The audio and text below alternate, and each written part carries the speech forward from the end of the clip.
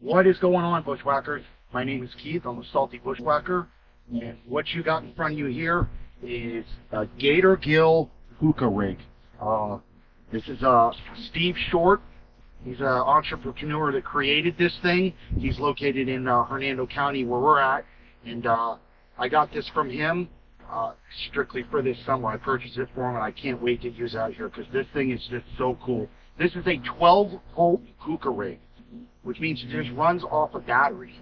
Now, this is a 31 series battery. It's a lithium-ion battery. I believe it gives you right around 3 hours of runtime off this battery before you have to recharge it. But it's a real simple setup. I'm going to go over it real quick on how to set it up. So what you want to do first is you want to hook your battery cables to it. They're that simple. You just want to hook them to it before you flip the power. You don't want to have the power on and then hook it. This little lever here, it's got an on-off setup. So you're good to go. You got power to it. And I like to hook everything up. And these clips are super simple. So this is a water filter that comes with it. It'll collect the water in the bottom here. And if you want to drain it out, you got that little button, you push it, and it just sprays out. But you hook it up, really simple. Just like that. Now, this is cool, and a safety feature that Steve added. This is a safety clip, and it goes right behind that thing, because if you wanted to disconnect this, you'd have to pull that blue thing back. You can't do that now because this clip's here. So if you're in the water and somebody comes by and bumps it with their knee or something, and it were to knock it free, it won't knock free now. So, same setup. Now behind it, it comes all in a big package. It came in a nice little bin, and Steve told me what you can do is this actually fits in there, and with my battery, nice and neat. You can run this in that bin as long as the lid is off. So for us, I'm still kind of figuring the logistics on how I'm going to set this up on my boat, but I'll probably put it between the console and the seat back here, out of the way, and it's super quiet. So quiet. That's as loud as it will get, guys. As loud as it'll get. And it'll get up to pressure. This has a 2-gallon reservoir tank. And when it gets to pressure, it'll shut off. So with this in the bin and maybe between the console and the thing, it's already quiet. But if you kind of put it away on the boat too, and those are the other people on the boat, it's not going to bother them. But check this out. So here's my hose that's going to my reel back there. Just like so. Safety clip. And I already got it pre-run. I kind of have it run up here out of the way so people can still run around the boat. And then I have it going down here to my reel. Now, okay, and you put your safety clip on, but you don't want to hook anything else up. So hold on to your end, and you want to undo all this line and have a big loop on all the way coming back to you. Once you're ready for that, you got your regulator. You're hooked up. Give it a test. Works perfect. Ready to go. Always want to remember your safety clip. And it has this little corded clip right here. So if your dye felt or something, you clip it to your side of you. It'll hold there, and it won't pull on your mouth. It'll pull here, and you have your safety clip. So I have a secondary reel over here, if you guys can see. Exact same setup as like I said before. Hook that up, and obviously we'll do all our safety clips.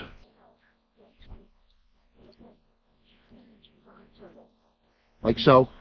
And then we have a secondary line over there. And just like this setup, you'd run it around, down to that, so we could run 2 or 1.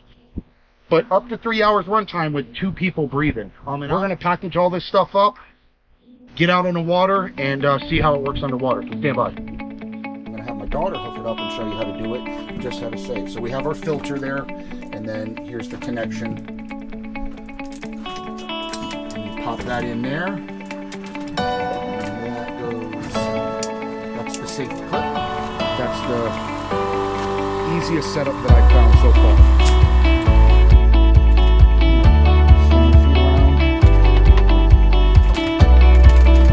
Pull your hose from yourself.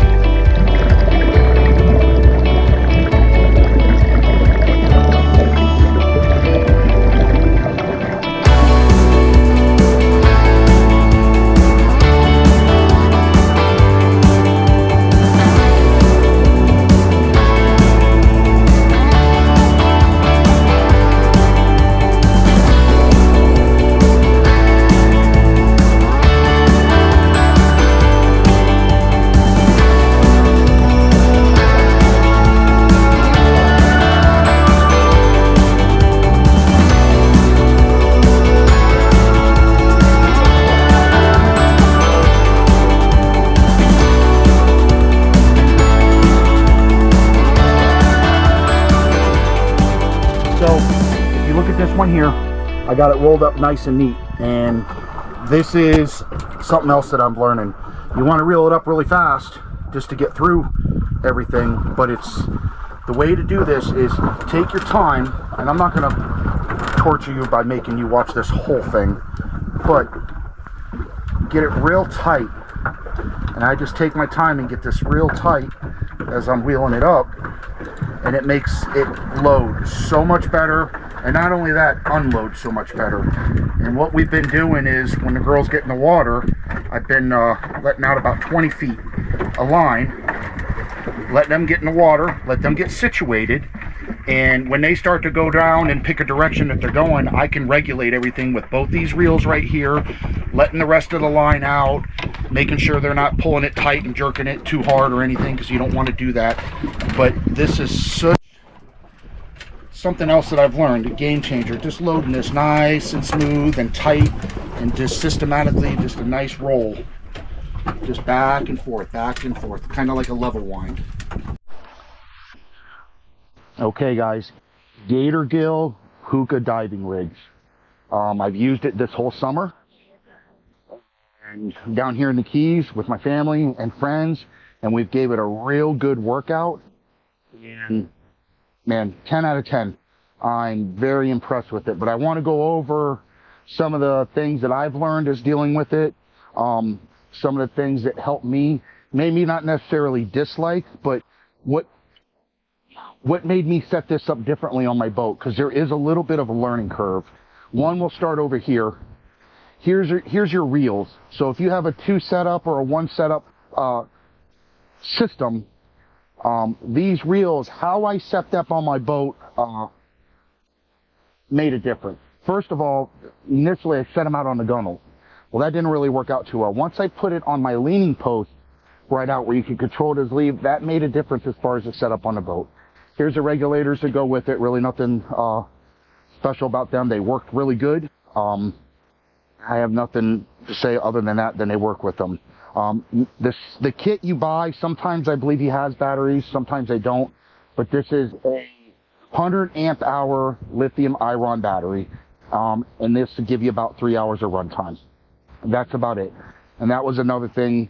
The setup on the boat was key. I ended up putting them in between my console and leaning post. I put the unit, the battery, then the reels off that. There was no trip hazards. It was tucked away. It was good to go. The hoses could stay there with the split Y going to each one, or if you went to one individual one, worked out fantastic. And then it's just got your battery clips. He did tell me with this, don't wash it with fresh water. Everything that gets wet in the salt water, he said wash with fresh water. Other than that, just maintain this. This is your filter that comes with it. And I didn't tell you before, but that's your filter. You just rinse that off real good, maybe a little mild soap and water. The only thing he told me was no oil should get on that at all. So that, and then obviously on the bottom, you want to drain water out. So there's a little bit of water in there from where we ran it last time.